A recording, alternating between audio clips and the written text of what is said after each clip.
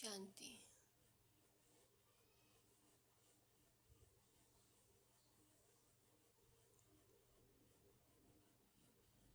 ओम शांति मीठे बाबा।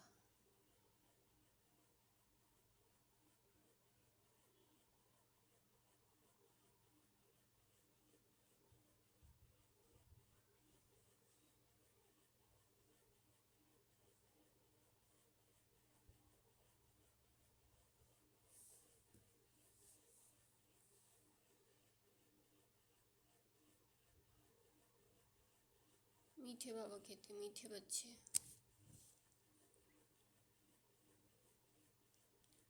तुम यहाँ याद में रहकर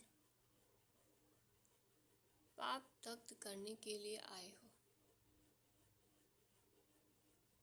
इसलिए बुद्धि योग निष्फल ना जाए।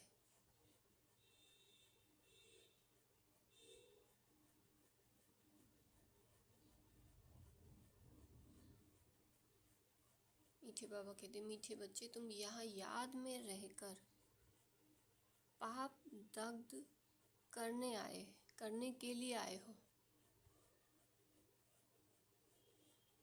इसीलिए बुद्धि योग निष्फल न जाए।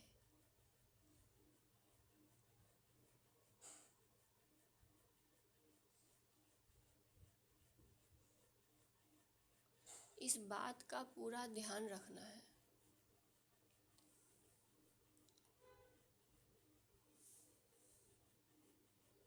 प्रश्न पूछा है बाबा ने, कौन सा सूक्ष्म विकार भी अंत में मुसीबत खड़ी कर देता है? अगर सूक्ष्म में भी हबज का विकार है, अगर सूक्ष्म में भी हबज का विकार है, कोई चीज़ हबज के कारण इकट्ठी करके अपने पास जमा करके रख दी, तो वही अंत में मुसीबत के रूप में याद आती है। इसलिए बाबा कहते, बच्चे अपने पास कुछ भी न रखो, तुम्हें सब संकल्पों को भी समेटकर बाप की याद में रहने की टेव डालनी है। इसलिए देही अभिमानी बनने का अभ्यास करो।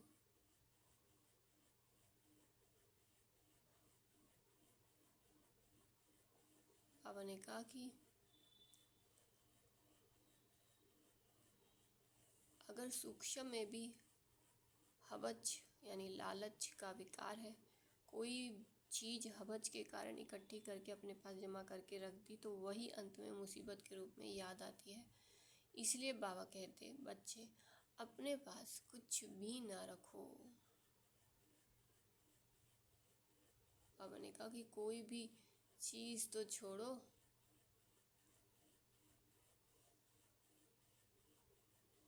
संकल्प में भी ना हो। तुम्हें सब संकल्पों को भी समेट कर बाप की याद में रहने की टेव डालनी है। इसलिए देही अभिमानी बनने का अभ्यास करो। समेटने की शक्ति का प्रयोग करना है हमें। समेटने की शक्ति का प्रयोग होता है एवर रेडी बनने के लिए। बैगेज पैक करके रखते हैं, तो बहुत ज़रूरी बैगेज पैक करके रखना है। ऐसे जैसे हम ट्रेन में बैठे हैं,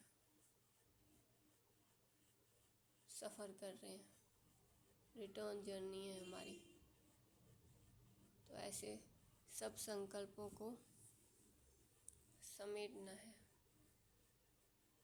मन बुद्धि को सब तरफ से, चारों तरफ से समेट लेना है।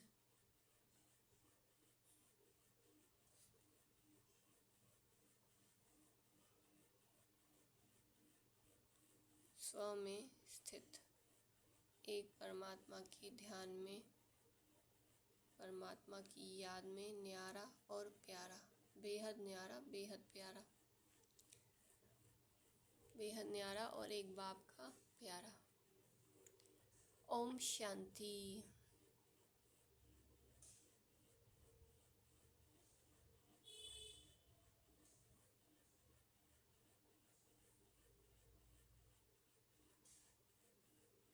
ओम शांति मीठे बाबा। बच्चों को रोज रोज याद दिलाते हैं, देही अभिमानी बनो, क्योंकि बुद्धि इधर उधर जाती है। अज्ञान काल में कथा वार्ता सुनते हैं तो बुद्धि बाहर भटकती है, यहाँ भी भटकती है। इसलिए रोज रोज कहते हैं देही अभिमानी बनो। वह तो कहेंगे हम जो सुनाते हैं उस पर ध्यान दो, धारण करो। शास्त्र जो सुनाते हैं वे वचन ध्यान पर रखो। यहाँ तो बाप आत्माओं को समझाते हैं, तुम सब स्टूडेंट देही अभिमानी होकर बैठो। बाबा ने क्या समझाया? वह तो कहेंगे हम जो सुनाते हैं उस पर ध्यान दो, धारण करो। शास्त्र जो सुनाते हैं वे वचन ध्यान पर रखो। यहाँ तो बाप आत्माओं को समझाते हैं, तुम सब स्टूडेंट देही अभिमानी होकर बैठो। बाबा ने कहा, क्या कहा कि तुम्हें क्या पक्का करना है कि यहाँ पर कौन? खुद परमात्मा बाप हम आत्माओं गॉडली स्टूडेंट को समझाते हैं। स्वयं परमात्मा बाप सम्मुख बैठ मुझ आत्मा को, हम सब आत्माओं बच्चों को, गॉडली स्टूडेंट्स को, हम सब आत्माएं कौन है? परमात्मा बाप के गॉडली स्टूडेंट। तो यहाँ स्वयं परमात्मा बाप हम सब गॉडली स्टूडेंट्स को, आत्माओं को, रूहानी बच्चों को समझाते हैं।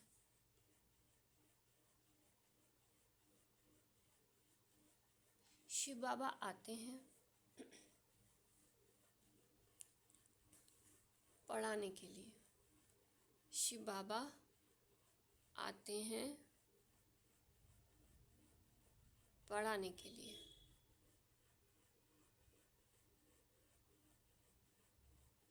हम सब कौन है? Godly student. खुद परमात्मा बाप शिव बाबा आते हैं पढ़ाने के लिए। ऐसा कोई कॉलेज नहीं होगा जहाँ समझेंगे शिव बाबा पढ़ाने आते हैं हम गॉडली स्टूडेंट्स को। ऐसा स्कूल होना ही चाहिए पुरुषोत्तम संगम युग पर।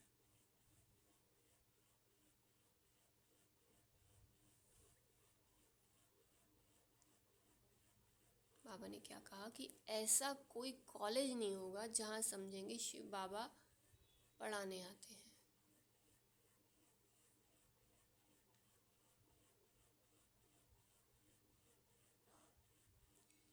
ऐसा स्कूल होना ही चाहिए पुरुषोत्तम संगम युग पर।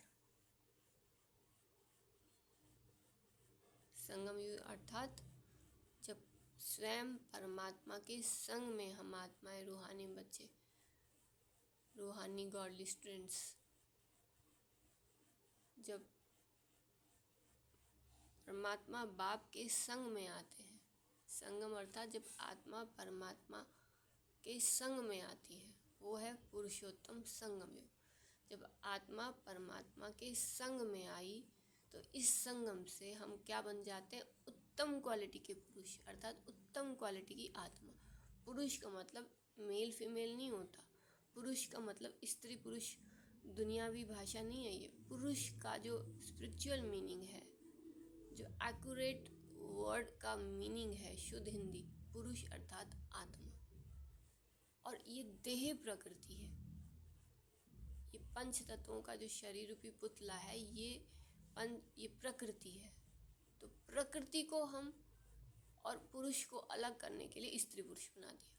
तो एक्चुअल में क्या है कि परमात्मा बाप जब हम आत्मा बच्चों के संग में आते हैं तो हम आत्माओं को उत्तम क्वालिटी का पुरुष बना देते हैं, अर्थात उत्तम क्वालिटी की टॉप मोस्ट आत्मा बना देते हैं। तो स्टूडेंट बैठे हैं और यह भी समझते हैं परमपिता परमात्मा बाप आते हैं हमको पढ़ाने।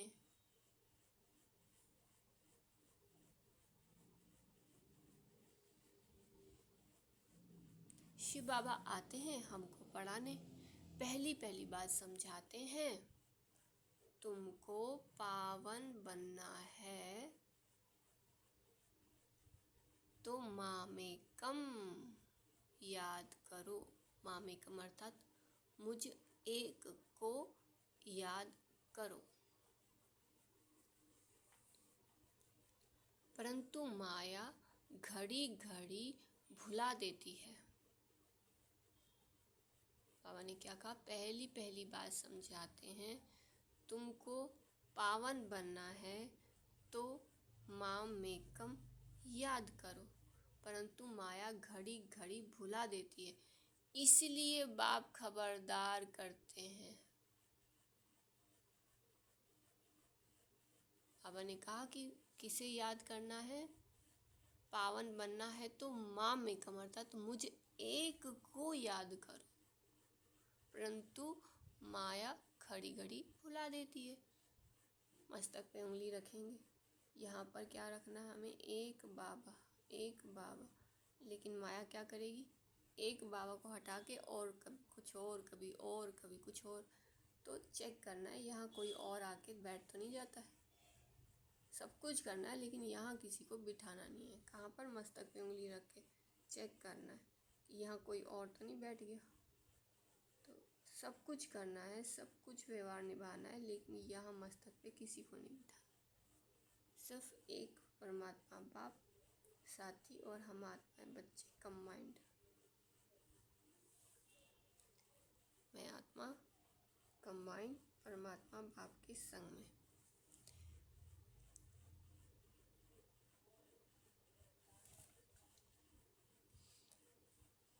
तो बाबा ने क्या समझाया है? तुमको पावन बनना है तो मामेकम याद करो।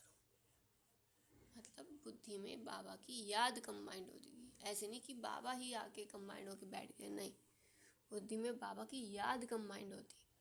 हम बुद्धि योग से बाबा के साथ ऊपर में कंबाइंड हो जाते हैं, उपराम हो जाते हैं।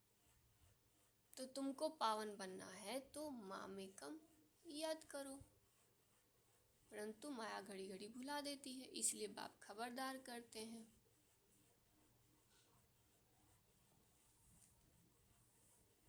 कोई को समझाना है तो भी पहली पहली बात समझाओ कि भगवान कौन है।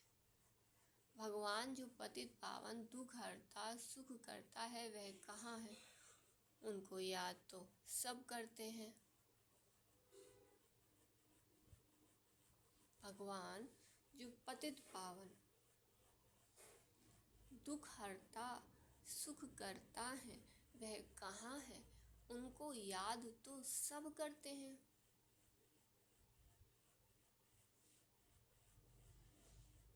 जब कोई आफतें आती हैं कहते हैं हे भगवान रहम करो। किसको बचाना होता है तो भी कहते हैं हे भगवान और गॉड हमको दुख से लिबरेट करो। दुख तो सबको है, यह तो पक्का मालूम है। सतयुग को सुखधाम कहा जाता है। बाबा कहते हैं कि दुख तो सबको है और यह तो पक्का मालूम है। सतयुग को सुखधाम कहा जाता है, कलयुग को दुखधाम कहा जाता है। यह बच्चे जानते हैं फिर भी माया भुला देती है। बाबा ने क्या समझाया? कितनी इम्पोर्टेंट पॉइंट है।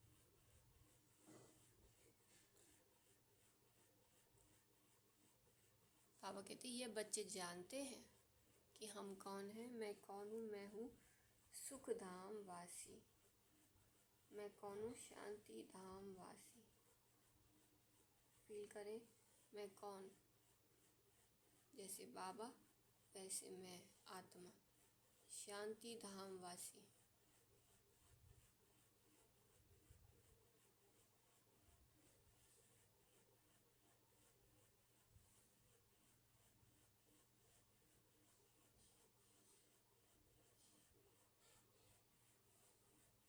मैं कौन? मैं शांति धाम वासी।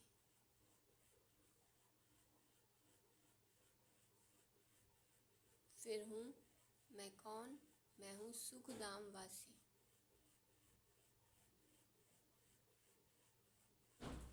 मैं कौन? मैं हूँ सुखधाम वासी। ये दुखधाम हमारा निवास नहीं है। हमारा निवास क्या है? हम कौन है?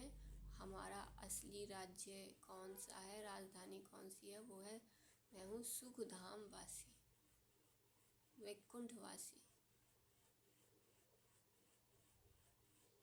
तो ऐसे अपनी आत्मिक स्मृति को पक्का करना है कि मैं कौन हूँ। मैं शांति धाम वासी हूँ, मैं ही सुखधाम वासी हूँ, मैं ही वैकुंठ वासी हूँ।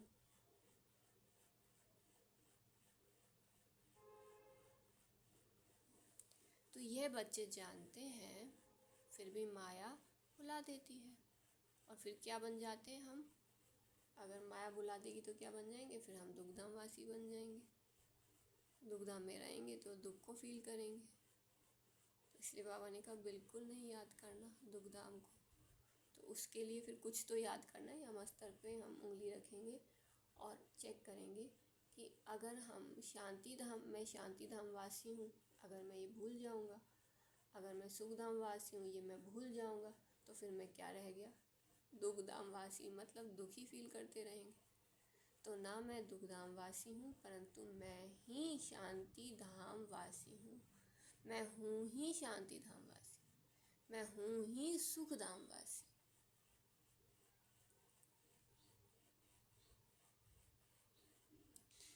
तो अब हमें क्या पक्का करना है? मैं कौन हूँ? तो यह याद में बिठाने की रस्म भी ड्रामा में है, क्योंकि बहुत है जो सारा दिन याद नहीं करते हैं, 1 मिनट भी याद नहीं करते हैं। बाबा क्या कहते हैं कि बाबा ने क्या समझाया? बाबा कहते बच्चे ये याद में बिठाने की रस्म भी ड्रामा में है, क्योंकि बहुत हैं जो सारा दिन याद ही नहीं करते हैं, 1 मिनट भी याद नहीं करते हैं। बाबा कहते हैं 1 मिनट भी याद नहीं करते हैं। फिर याद दिलाने के लिए यहाँ बिठाते हैं, याद करने की युक्ति बतलाते हैं तो पक्का हो जाए। बाप की याद से ही हमको सतो प्रधान बनना है।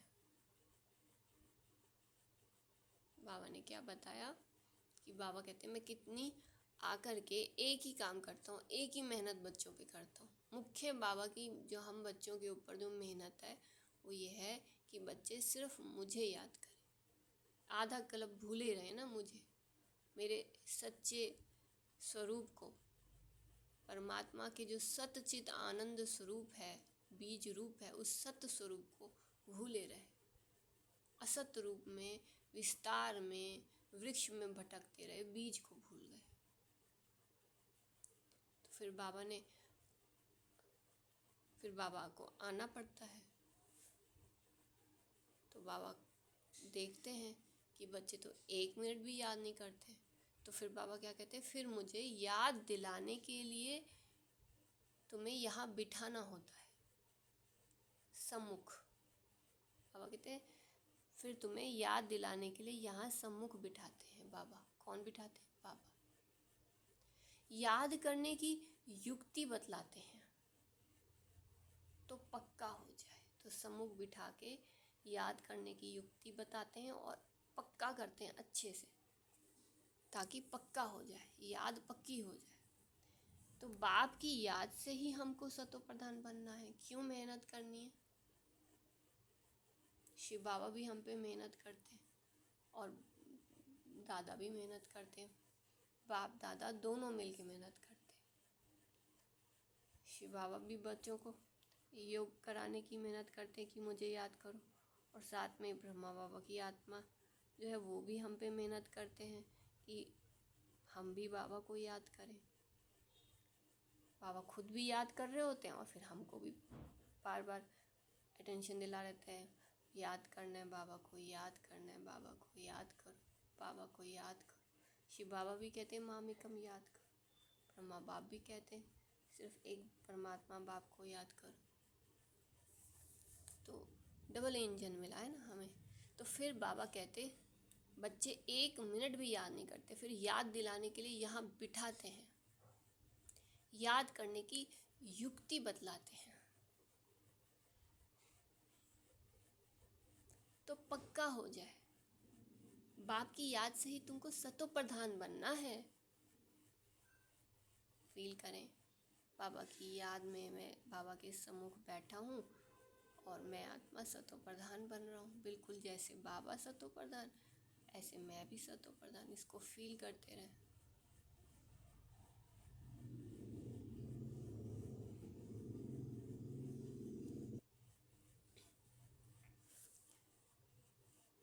तो बाप की याद से ही तुम बच्चों को सतो प्रधान बनना है। सतो प्रधान बनने की बाप ने फर्स्ट क्लास रियल युक्ति बताई है। पतित पावन तो एक ही है। कौन सी युक्ति? सतो प्रधान बनने के लिए बाबा की याद जो है ना, फर्स्ट क्लास युक्ति है। सतो प्रधान को याद करेंगे तो हम सतो प्रधान बन जाएंगे। बाप दादा कौन है? परमात्मा कौन है? दोनों ही कौन है इस समय? दोनों ही सतो प्रधान है। दोनों ही संपूर्ण अनलिमिटेड पावन परम पवित्रता के महासागर हैं। तो बाबा ने कहा सतो प्रधान बनने की बाप ने फर्स्ट क्लास रियल युक्ति बताई है। पतित पावन तो एक ही है, वह आकर युक्ति बताते हैं। यहाँ तुम बच्चे शांति में तब बैठते हो जबकि बाप के साथ योग है। बाबा के साथ जब योग है, शांति में बैठे हैं, और जैसा बाबा एकदम पवित्रता का सागर, ऐसे हम भी सतो प्रधान बनते जा रहे। जैसे बाबा सतोगुणी सच्चित आनंद के महासागर हैं, बीज रूप है, ऐसे हम भी बाबा के समान सतो प्रधान बनते जा रहे हैं। तो यहाँ तुम बच्चे शांति में तब बैठते हो जबकि बाप के साथ योग है। अगर बुद्धि का योग यहाँ वहाँ गया तो शांत में नहीं है, गोया अशांत है।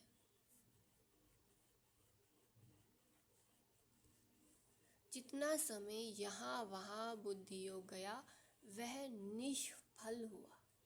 जितना समय यहाँ वहाँ बुद्धि योग गया वह क्या हुआ? निष्फल हुआ।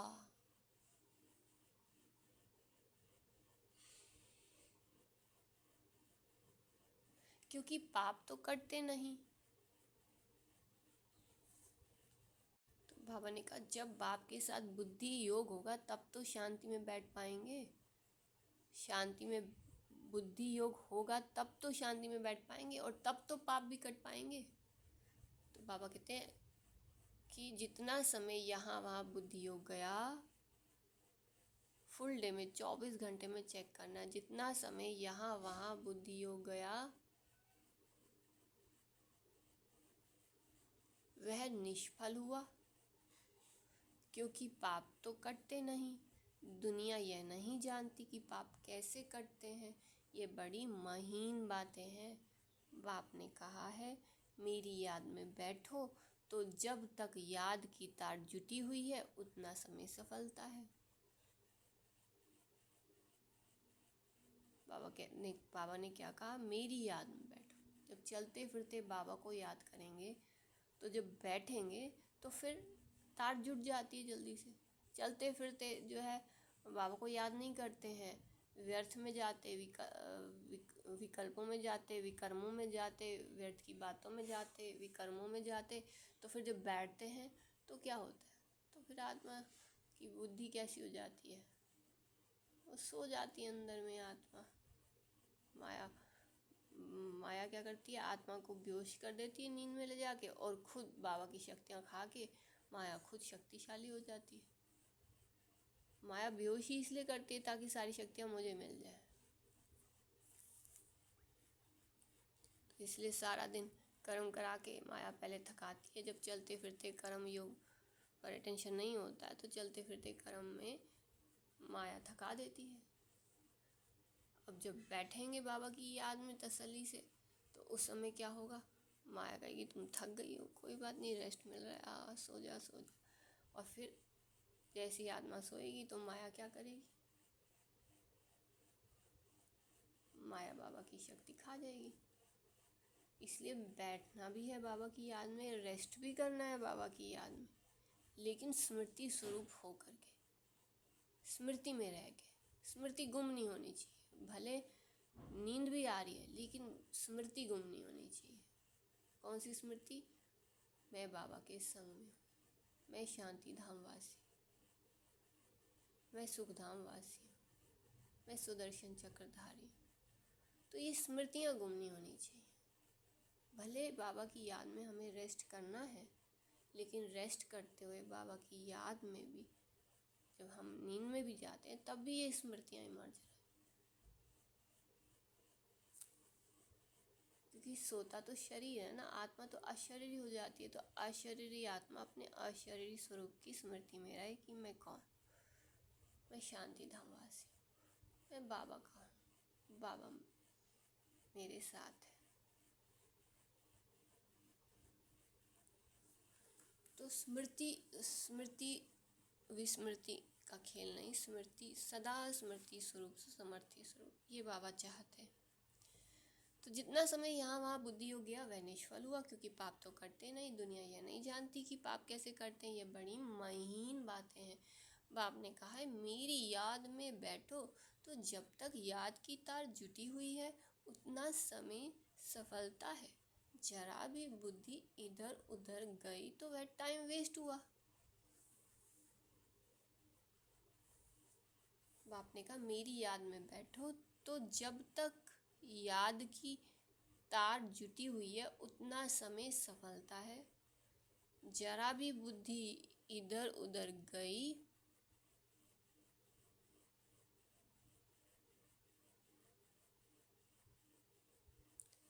तो वह टाइम वेस्ट हुआ, निष्फल हुआ।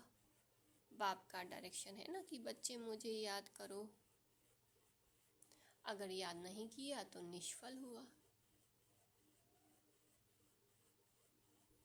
इससे क्या होगा? तुम जल्दी सतो प्रधान नहीं बनेंगे, फिर तो आदत पड़ जाएगी। बुद्धि को इधर उधर भटकाने की आदत पड़ जाएगी। तुम जल्दी सतो प्रधान नहीं बनेंगे, फिर तो आदत पड़ जाएगी। यह होता रहेगा। आत्मा इस जन्म के पाप तो जानती है। भल कोई कहते हैं हमको याद नहीं है, परंतु बाबा कहते हैं 3-4 वर्ष से लेकर सब बातें याद रहती।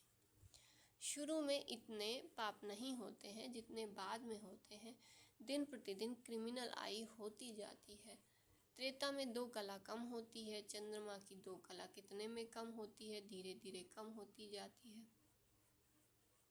फिर 16 कला संपूर्ण भी चंद्रमा को कहा जाता है, सूर्य को नहीं कहते। चंद्रमा की है 1 मास की बात, यह है फिर है कल्प की बात। वो चंद्रमा 16 कला संपूर्ण यानी फुल मून बनते हैं हम आत्माएं, जैसे फुल मून होता है। फिर हमारी 16 कलाएं घटते घटते घटते हम कैसे हो जाते हैं? कलाहीन हो जाते हैं। एक लकीर, वो भी फ्लक्चुएटिंग। तो बाबा कहते हैं फिर क्या होता? तो ये है 1 मास की बात, और यह फिर है कल्प की बात। पूरे कल्प में वो तो चंद्रमा 1 महीने में संपूर्ण और अपूर्ण होता है। हम पूरे 5000 वर्ष के कल्प में हम आत्माएं संपूर्ण हो जाते हैं, 16 कला संपूर्ण। फिर हमारी ही कलाएं घटती हैं तो हम अंत में आके अपूर्ण हो जाते हैं। फिर याद की यात्रा से ऊपर चढ़ सकते हैं।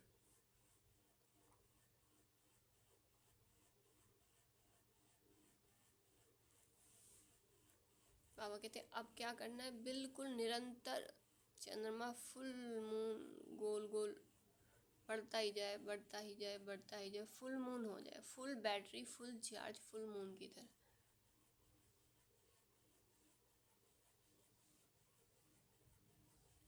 तो फिर याद की यात्रा से ऊपर चढ़ सकते हैं। फिर तो दरकार नहीं जो हम याद करें और ऊपर चढ़ें। सतयुग के बाद फिर उतरना है। सतयुग में भी याद करें तो नीचे उतरे ही नहीं, ड्रामानुसार उतरना ही है, तो याद ही नहीं करते हैं। उतरना भी जरूर है, फिर याद करने का उपाय बाप ही बतलाते हैं, क्योंकि ऊपर जाना है। संगम पर ही आकर बाप सिखलाते हैं कि अब चढ़ती कला शुरू होती है, हमको फिर अपने सुख धाम में जाना है। बाप कहते हैं अब सुख धाम में जाना है तो मुझे याद करो, याद से तुम्हारी आत्मा सतो प्रधान बन जाएगी। तो बाबा ने कहा कि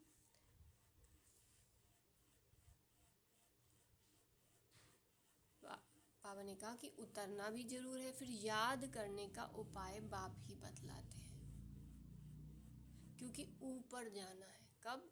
संगम पर ही आकर बाप सिखलाते हैं कि अब चढ़ती कला शुरू होती है, हमको फिर अपने सुखधाम में जाना है।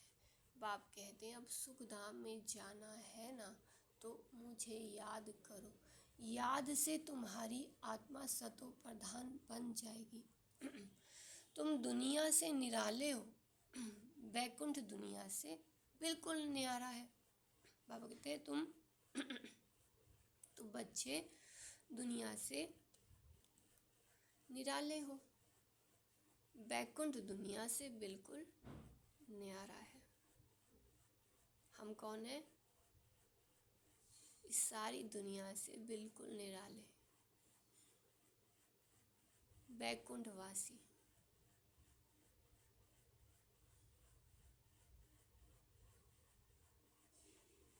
रह रहे हैं इस दुनिया में, लेकिन इस पूरी दुनिया से न्यारे, वैकुंठवासी। वैकुंठ था, अब नहीं है।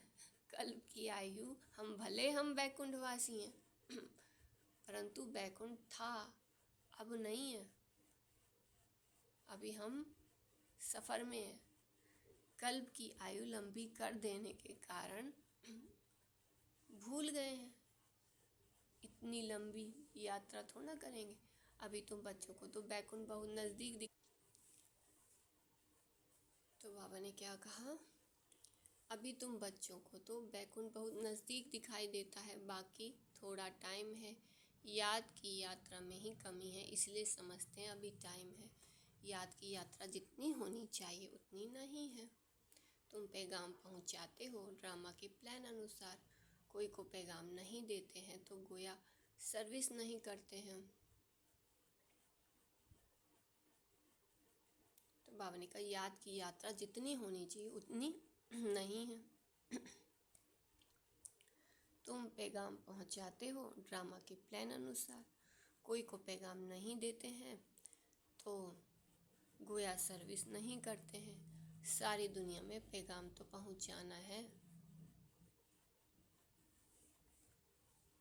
कि बाप कहते हैं माँ में कम याद करो। कौन सा पैगाम पहुंचाना है सारी दुनिया में? कि बाप कहते हैं माँ में कम याद करो। गीता पढ़ने वाले जानते हैं एक ही गीता शास्त्र है जिसमें यह महावाक्य है, परंतु उसमें श्री कृष्ण भगवानुवाच लिख दिया है, तो याद किसको करें? बल शिव की भक्ति करते हैं, परंतु यथार्थ ज्ञान नहीं जो श्रीमत पर चलें।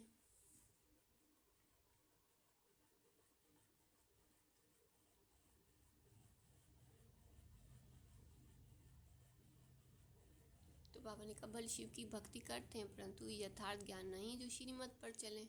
कौन सी श्रीमत? माँ में कम याद करो। तो जब माँ में कम याद करो कि श्रीमत पे तब चलेंगे ना, जब पता होगा कि वो एक है कौन जिसको याद करना है। इस समय तुमको मिलती है ईश्वरी मत, इनके पहले थी मानव मत। दोनों में रात दिन का फर्क है। मानव मत कहती है हे ईश्वर सर्वव्यापी है, मानव मत कहती है ईश्वर सर्वव्यापी है। रात दिन का फर्क है ना। ईश्वर की मत कहती है नहीं, बाप कहते हैं मैं आया हूँ स्वर्ग की स्थापना करने, तो जरूर यह नर्क है, यहाँ 5 विकार सब में प्रवेश है। मैं सर्वव्यापी नहीं हूँ, परंतु तो बाबा ने बताया है कि यहाँ 5 विकार सब में प्रवेश है, अर्थात कि विकार सर्वव्यापी हैं। विकारी दुनिया है तब तो मैं आता हूँ निर्विकारी बनाने के लिए। जो अंदर में विकार हैं, भूत हैं, बुराइयां हैं, वो कहती है कि परमात्मा सर्वव्यापी, यानी माया रावण कहता है भगवान सर्वव्यापी, भगवान कहते हैं, परमात्मा कहते हैं मैं नहीं, माया कहती है कि। तो विकारी दुनिया है तब तो मैं आता हूँ निर्विकारी बनाने के लिए। माया क्या कहती है? परमात्मा सर्वव्यापी है, सबके अंदर है, सब जगह है, इसलिए बुद्धि को इधर उधर भटकाते रहो। कहीं तो तुमको सब जगह परमात्मा ही है, तो बुद्धि को इधर उधर घुमाते रहो, कोई बात नहीं, कोई फर्क नहीं पड़ता। लेकिन परमात्मा कहते हैं कि बच्चे नहीं, मैं सर्वव्यापी नहीं हूँ, मैं भी परमधाम वासी हूँ और तुम भी परमधाम वासी हो। अभी मैं परमधाम वासी परमात्मा आया हूँ, तुमको सम्मुख बैठ पढ़ा रहा हूँ, इसलिए माँ में कम याद करो। सर्वव्यापी मत समझो मुझे, सब जगह बुद्धि को मत भटकाओ, क्योंकि सब जगह मैं नहीं हूँ, सब जगह परमात्मा नहीं है। वो माया का आकर्षण है सब जगह, झूठी माया, झूठी काया, झूठा सब संसार, ये झूठा आकर्षण है। झूठ कौन सा? माया का, असत माया, विकार। तो विकारी दुनिया है तब तो मैं आता हूँ निर्विकारी बनाने के लिए।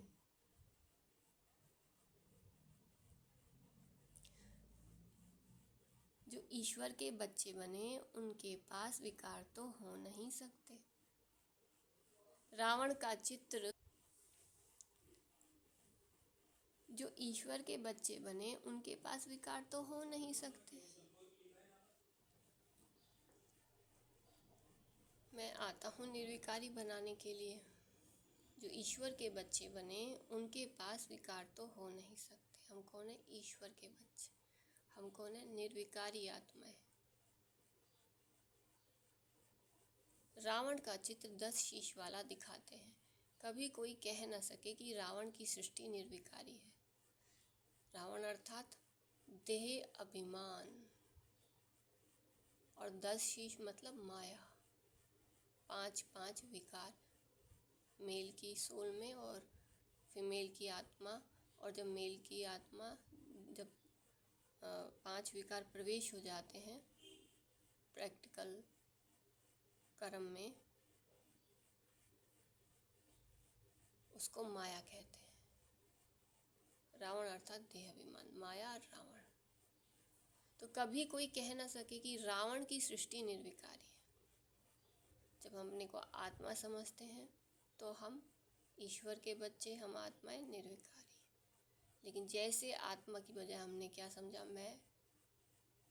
मैं ये शरीर हूँ, मैं ये नाम हूँ, मैं ये रूप हूँ, मैं माँ हूँ, मैं बाप हूँ, मैं मालिक हूँ, ये नौकर हैं। तो जैसे ही देह अभिमान आया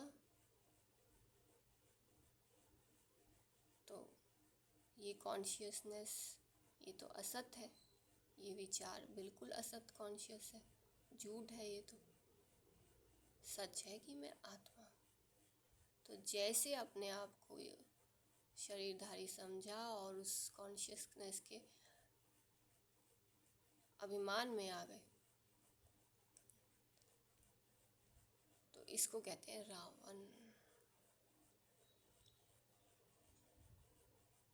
जो हम नहीं हैं उस कॉन्शियस में आना और उस अभिमान में आना कि अरे मैं तो मकान मालिक हूँ, या मैं तो किराएदार हूँ, मैं माँ हूँ, मैं बाप हूँ, मैं पति हूँ, मैं पत्नी हूँ। यही रावण है। इस रावण को ही तो मारना है। मैं तो आत्मा हूँ, रूहानी बच्चा हूँ, ईश्वरीय संतान हूँ। कभी कोई कह न सके कि रावण की सृष्टि निर्विकारी है। तुम जानते हो अभी रावण राज्य है, सबकी बुद्धि पर रावण बैठा है। मैं आत्मा पति नहीं हूँ, मैं आत्मा पत्नी नहीं हूँ, मैं आत्मा हूँ। न मैं पति हूँ, न मैं पत्नी हूँ, न मैं बाप हूँ, न मकान मालिक हूँ, न मैं नौकर हूँ, न मैं किराएदार हूँ। मैं कौन हूँ? मैं आत्मा हूँ, रूहानी बच्चा हूँ। तो जब बुद्धि के ऊपर झूठ हावी हो जाता है, उसको कहते हैं रावण ने, देवीनमान ने हमारे बुद्धि पर राज कर लिया और उसी अनुसार सोच रहे हैं, उसी अनुसार बोल रहे हैं, उसी अनुसार कर्म कर रहे हैं, तो सारी गड़बड़ घोटाला हो गया। झूठी माया, झूठी काया, झूठा संसार, ये है माया का खेल। तुम जानते हो अभी रावण राज्य है, सबकी बुद्धि पे रावण बैठा है, सभी में 5 विकार है, मतलब वो ऑटोमेटिक संस्कारों में आ गए। सतयुग में है राम राज्य। बाबा समझा रहे हैं बच्चे, सतयुग में राम राज्य, कोई भी विकार नहीं है। इस समय मनुष्य कितने दुखी हैं, शरीर को कितने दुख लगते हैं। यह है दुखधाम। सुखधाम में तो शारीरिक दुख भी नहीं होते हैं। तो बाबा ने कहा कि जैसे हमने ये सोचा कि मैं शरीर हूँ, मैं फलाना हूँ, मैं बहन हूँ, मैं माँ हूँ, तो जैसे भी यही विचार अंदर किए, झूठा विचार अपने अंदर पैदा किया, तो ये असत माया को पैदा किया, तो ये इससे क्या होता है, दुख फील होने लग जाता है। तो यह है दुखधाम। सुखधाम में तो शारीरिक दुख भी नहीं होते हैं। मैं कौन हूँ? दुखधाम वासी तो नहीं हूँ। मैं कौन हूँ? मैं सुखधाम वासी हूँ, शांतिधाम वासी हूँ। ये पक्का करना है। तो यह है दुखधाम। सुखधाम में तो शारीरिक दुख भी नहीं होते हैं। यहाँ तो कितनी हॉस्पिटल भरी हुई हैं, इनको स्वर्ग कहना भी बड़ी भूल है। तो समझकर औरों को समझाना है। वह पढ़ाई कोई को समझाने के लिए नहीं है। इम्तिहान पास किया और नौकरी पर चढ़ा। अब कहते हैं उस पढ़ाई में समझाने की बात ही नहीं है, बस इम्तिहान पास किया, नौकरी पर चढ़ा। यहाँ तो तुमको सबको पैगाम देना है और खुद को भी अच्छे से समझाना है, और जो समझना चाहते हैं उनको भी समझाना है, और बाकी सारी दुनिया को। तो यहाँ तो तुमको सबको पैगाम देना है कि हम आत्मा बच्चे हैं भगवान के। सिर्फ एक बाप थोड़ी ही देंगे। जो बहुत होशियार है उनको टीचर कहा जाता है, कम होशियार है तो उनको स्टूडेंट कहा जाता है। तुम्हें सबको पैगाम देना है, पूछना है भगवान को जानते हो? वह तो बाप है सबका। तो मूल बात है बाप का परिचय देना, क्योंकि कोई जानते नहीं है। ऊंच से ऊंच बाप है, सारे विश्व को पावन बनाने वाला है। सारा विश्व पावन था जिसमें भारत ही था, और कोई धर्म वाला कह न सके कि हम नई दुनिया में आए हैं। बाबा कहते सारा विश्व पावन था जिसमें भारत ही था, और कोई धर्म वाला कह ना सके कि हम नई दुनिया में आए हैं। वह तो समझते हैं हमारे से आगे कोई होकर गए हैं, पूर्वज आत्माएं थे ना, देवी देवता। क्राइस्ट भी जरूर कोई में आएगा, उनके आगे जरूर कोई थे। बाप बैठ समझाते हैं मैं इस ब्रह्मा तन में प्रवेश करता हूँ। यह भी कोई मानते नहीं कि ब्रह्मा के तन में आते हैं। अरे ब्राह्मण तो चाहिए जरूर। ब्राह्मण कहाँ से आएंगे? जरूर ब्रह्मा से ही तो आएंगे ना। अच्छा, ब्रह्मा का बाप कभी सुना? वह है ग्रेट ग्रेट ग्रैंडफादर। उनका साकार फादर कोई है नहीं। ब्रह्मा का साकार बाप कौन है? कोई बतला न सके। ब्रह्मा तो गाया हुआ है, प्रजापिता भी है। जैसे निराकार शिव बाबा कहते हैं उनका बाप बताओ, फिर साकार प्रजापिता ब्रह्मा का बाप बताओ। शिव बाबा तो अडॉप्ट किया हुआ नहीं है, यह अडॉप्ट किया हुआ। ये ब्रह्मा जो है ये अडॉप्ट किया हुआ है। ये ब्रह्मा कौन है? ये प्रजापिता है, मनुष्य सृष्टि का पिता है, बाप है। तो ये अडॉप्ट किया हुआ है। कहेंगे इनको शिव बाबा ने अडॉप्ट किया है। परम पिता ने प्रजापिता को अडॉप्ट किया। विष्णु को शिव बाबा ने, परम पिता अर्थात आत्माओं का बाप, प्रजापिता अर्थात प्रजा यानी मनुष्यों का बाप। कहेंगे इनको शिव बाबा ने अडॉप्ट किया, विष्णु को शिव बाबा ने अडॉप्ट किया है, ऐसा नहीं कहेंगे। यह तो तुम जानते हो ब्रह्मा सो विष्णु बनते हैं, ब्रह्मा ही विष्णु बनते हैं। अडॉप्ट तो हुआ नहीं। शंकर के लिए भी बताया, उनका कोई पार्ट है नहीं। ब्रह्मा सो विष्णु, विष्णु सो ब्रह्मा। यह 84 का चक्र है। शंकर फिर कहाँ से आया, उनकी रचना कहाँ है? बाप की तो रचना है, वह सब आत्माओं का बाप है, और ब्रह्मा की रचना है सब मनुष्य। शंकर की रचना कहाँ है?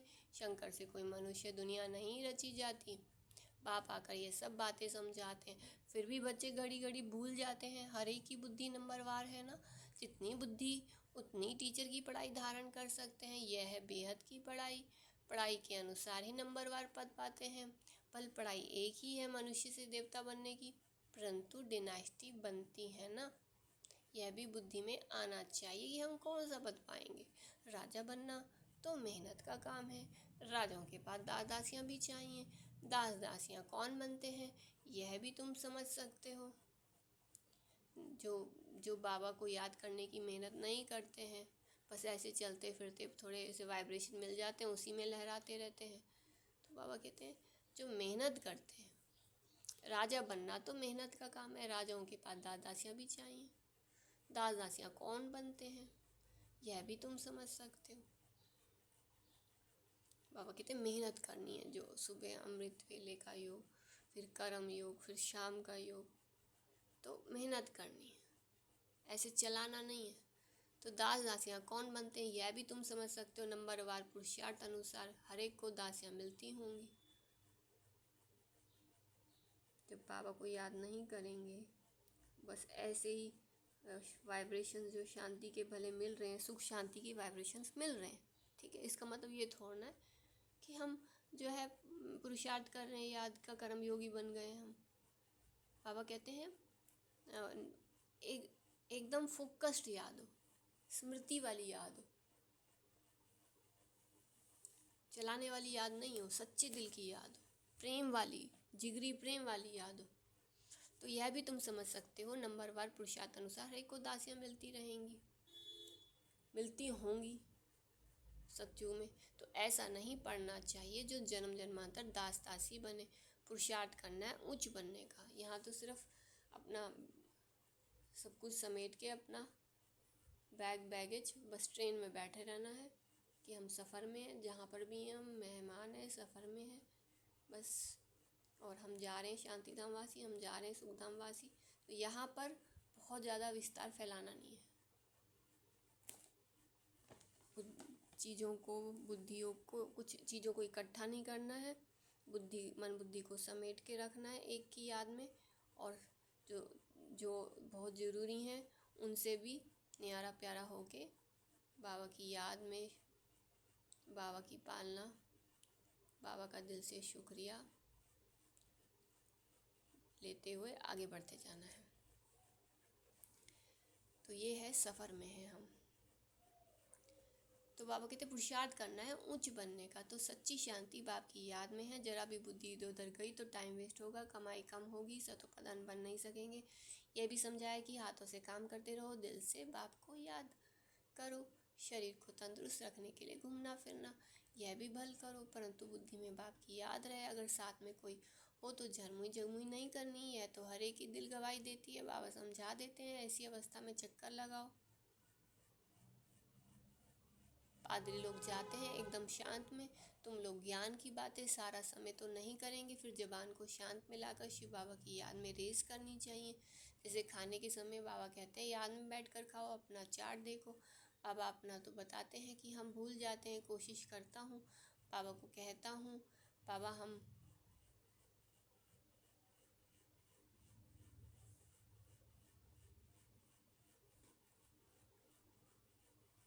पापा को कहता हूँ बाबा हम पूरा समय याद में रहूँगा। आप हमारी खांसी बंद करो, शुगर कम करो। अपने साथ जो मेहनत करता हूँ वह बताता हूँ, परंतु मैं खुद ही भूल जाता हूँ, तो खांसी कम कैसे होगी। जो बातें बाबा के साथ करता हूँ वह सच सुनाता हूँ। बाबा बच्चों को बता देते हैं, बच्चे बाप को नहीं सुनाते, लज्जा आती है। झाड़ू लगाओ, खाना बनाओ तो भी शिव बाबा की याद में बनाओ तो ताकत आएगी। बाबा कहते हैं जैसे ब्रह्मा बाप ने सच बताया कि हाँ मैंने तो संकल्प किया कि मैं बाबा की याद में खाऊंगा, फिर उन्होंने अपना चार्ट बाबा को बताया कि बाबा मैं तो भूल गया। तो ऐसे ही बाबा कहते हैं तुम बच्चे भी कुछ भी करो, कुछ भी कर्म योग करो, चाहे घूमो फिरो, चाहे कोई भी कर्म योग करो, तो बाबा बच्चों को बता देते हैं, बच्चे बाप को नहीं सुनाते, लज्जा आती है झाड़ू लगाओ, खाना बनाओ तो भी शिव बाबा की याद में बनाओ तो ताकत आएगी। यह भी युक्ति चाहिए, इससे तुम्हारा ही कल्याण होगा। बाबा कहते हैं सच बताओ कि मैंने झाड़ू लगाई तो बाबा की याद में लगाई या और फालतू सोचा बोला और विकर्म किया, और जब खाना बनाया तो बाबा की याद में बनाया या फालतू सोचा बोला या इधर उधर बुद्धि भटकाई। शिव बाबा की याद में बनाओ तो ताकत आएगी। यह भी युक्ति चाहिए, इसमें तुम्हारा ही कल्याण होगा। फिर तुम याद में बैठेंगे तो औरों को भी कशिश होगी। एक दो को कशिश तो होती है ना, जितना तुम जास्ती याद में रहेंगे उतना सन्नाटा अच्छा हो जाएगा। एक दो का प्रभाव ड्रामानुसार पड़ता है। याद की यात्रा तो बहुत कल्याणकारी है, इसमें झूठ बोलने की दरकार नहीं है। सच्चे बाप के बच्चे तो सच्चा होकर चलना है। बच्चों को तो सब कुछ मिलता है, विश्व की बादशाही मिलती है, तो फिर लोभ कर 10-20 साड़ियाँ आदि क्यों इकट्ठी करते हो? अगर बहुत चीज़ें इकट्ठी करते रहेंगे तो मरने समय भी याद आएंगी। इसलिए मिसाल देते हैं कि स्त्री ने उनको कहा लाठी भी छोड़ दो, नहीं तो यह भी याद आएगी। कुछ भी याद नहीं रहना चाहिए, नहीं तो अपने लिए ही मुसीबत लाते हैं। झूठ बोलने से 100 गुना पाप चढ़ जाता है। शिव बाबा का भंडारा सदैव भरा रहता है, जाति रखने की भी दरकार क्या है। जिसकी चोरी हो जाती है तो सब कुछ दिया जाता है। तुम बच्चों को बाप से रजाई मिलती है तो क्या कपड़े आदि नहीं मिलेंगे? सिर्फ फालतू खर्चा नहीं करना चाहिए, क्योंकि अबलाएं ही मदद करती हैं स्वर्ग की स्थापना में। उनके पैसे ऐसे बर्बाद भी नहीं करने चाहिए।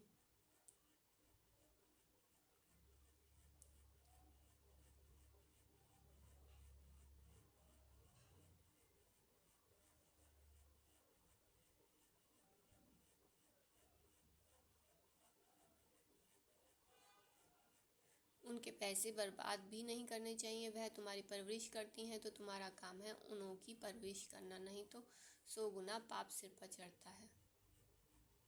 अच्छा, मीठे मीठे सी खिला दे बच्चों प्रति माता पिता बाप दादा का याद प्यार और गुड मॉर्निंग। रूहानी बाप की रूहानी बच्चों को नमस्ते, और हम रूहानी बच्चों की रूहानी माता पिता बाप दादा को याद प्यार। मीठे बाबा गुड मॉर्निंग, बाबा नमस्ते। धारणा के लिए मुख्य सार है, बाप की याद में बैठते समय जरा भी बुद्धि इधर उधर नहीं भटकनी चाहिए। सदा कमाई जमा होती रहे, याद ऐसी हो जो सन्नाटा हो जाए। शरीर को तंदुरुस्त रखने के लिए घूमने फिरने जाते हो तो आपस में झरमुई झगमुई नहीं करना है। जबान को शांत में रख बाप को याद करने की रेस करनी है। भोजन भी बाप की याद में खाना है।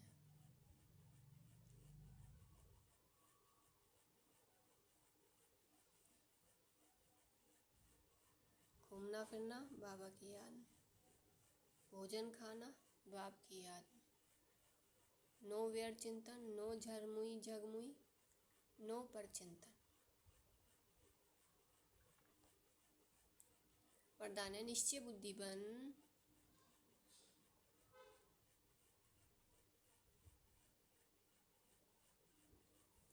बाबा कहते हैं निश्चय बुद्धि बन, कमजोर संकल्पों की जाल को समाप्त करने वाले सफलता संपन्न भव।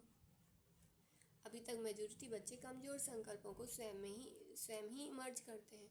सोचते हैं पता नहीं होगा या नहीं होगा, क्या होगा। ये कमजोर संकल्प ही दीवार बन जाते हैं और सफलता उस दीवार के अंदर छिप जाती है। माया कमजोर संकल्पों की जाल बिछा देती है, उसी जाल में फंस जाते हैं। इसलिए मैं निश्चय बुद्धि विजयी हूँ, सफलता मेरा जन्मसिद्ध अधिकार है। स्मृति से कमजोर संकल्पों को समाप्त करो।